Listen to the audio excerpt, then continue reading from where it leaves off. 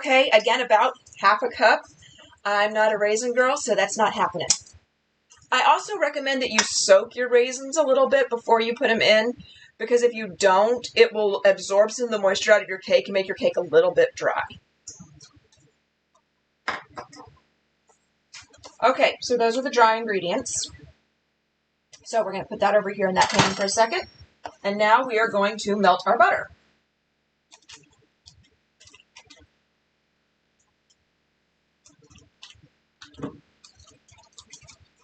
And I've let the butter sit out, so it's pretty smushy. So we're using an entire stick of butter, which is about a half a cup of butter. No raisins in your carrot cake? No, no raisins in your carrot cake. All right, so like I said, again, this is a full stick, a half a cup of butter. We're going to stick this in the microwave for about 30 seconds. It should be nice and melty after that.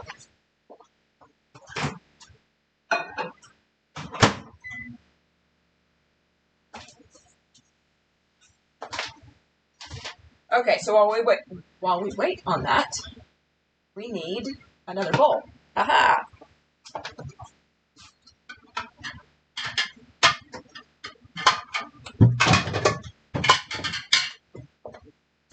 One of these days, I'm going to get glass bowls for doing this, I think. That way you can see what all I'm doing, what all is going into everything in their pecan. Okay, so we have 2 eggs. We're going to put them in their bowl.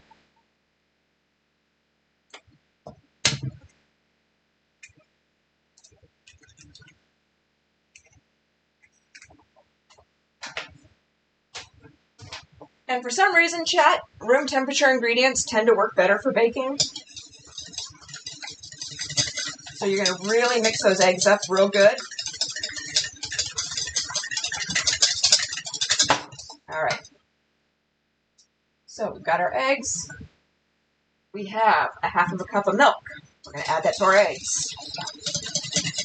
We're going to mix that in really, really good. Okay, now we want 2 teaspoons of vanilla.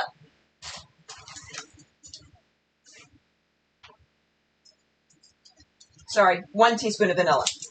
So I made half of the recipe earlier today. I make 2 cakes because I'm going to stack and layer my cakes. So I get a little ahead of myself sometimes.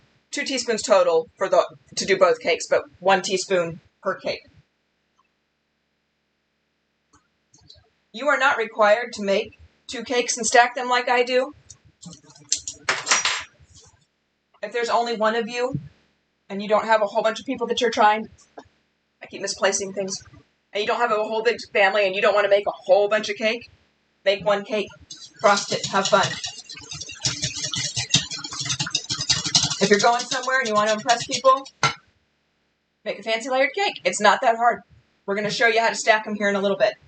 Okay, so the butter beeped. Let's see if it's done. All right, 30 seconds was perfect. Mix it up real good. And we're going to beat this in slowly because the butter's hot, and we don't want to cook the eggs. It'll make it almost custard-like, but it won't quite set up that much because it's not going to be that much of a heat difference.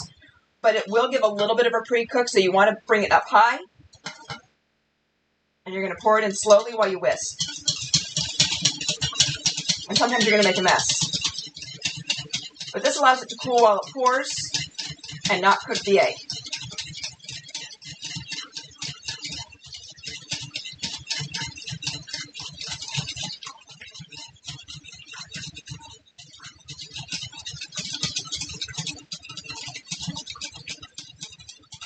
Okay.